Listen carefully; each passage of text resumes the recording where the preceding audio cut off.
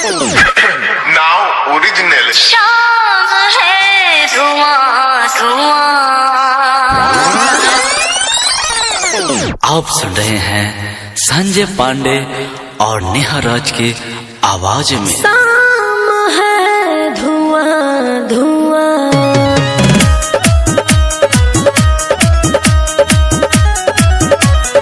Music by Mantu Mani. SG Hungama Studio। नया तकिया तो सब बिछावाना, नए नए भइल बाटे गवाना। का कही नया तकिया तो सब बिछावाना, नए नए भइल बाटे गवाना। मानो बात हमार चलो चांद के पार, मानो बात हमार चलो चांद के पार। अपना मर्द से ले रहा दुआ दुआ दुआ दुआ। शाम है धुआं धुआं। आ आ आ आ ला ला ला ला आ आ। मारे तो रानी छुआ छुआ। आ आ आ आ आ आ। शाम है धुआं धुआं। आ आ आ आ ला ला ला आ। मारे तो रानी छुआ छुआ। ऐसे जदी मरबा तो हो जाई देहिया पुआ पुआ पुआ पुआ पुआ पुआ पुआ पुआ।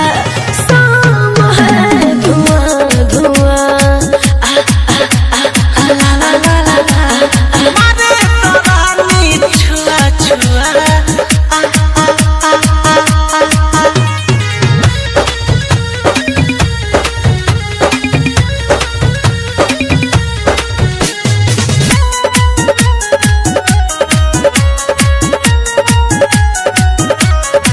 इतना जाने पर मन माने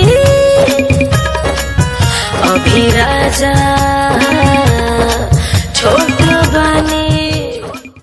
झूठे के इतना झमेला करेलू, अपना भारत के काहे अकेला करेलू।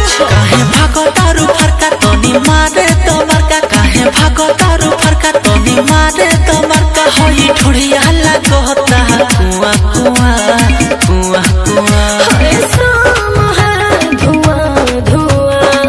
आ आ आ आ ला ला ला ला आ। मारे तो रानी छुआ छुआ। आ आ आ आ आ आ। शाम है धुआं धुआं। आ आ आ आ ला ला ला आ। मारे तो रानी छुआ छुआ। ऐसे जदी मरबा तो हो जाई देहिया पुआ पुआ पुआ पुआ पुआ पुआ पुआ। शाम है धुआं धुआं। आ आ आ आ ला ला ला ला आ। मारे तो रानी छुआ छुआ। आ आ आ आ आ। पांडे रिकॉर्डिंग स्टूडियो पंचदेवी बाजार।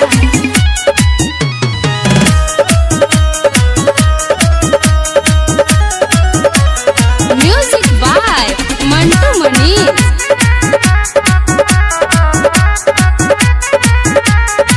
संजय पांडे मंटू बेदर्दी जानी कर गुंडा कर दे। हमके आगे पीछे तान थाल में दा, जमन भरा मनवा उकाल में दा। सुनया बना पास हो ये है सास, सुनया बना पास हो ये है सास। फीलिंग होता नस है नस रुआ रुआ रुआ रुआ। हाय शाम है धुआं धुआं। आ आ आ आ ला ला ला ला आ। मारे तो रानी छुआ छुआ।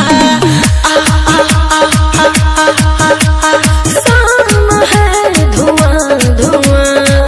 आ आ आ आ ला ला ला आ। मारे तो रानी छुआ छुआ। ऐसे जदी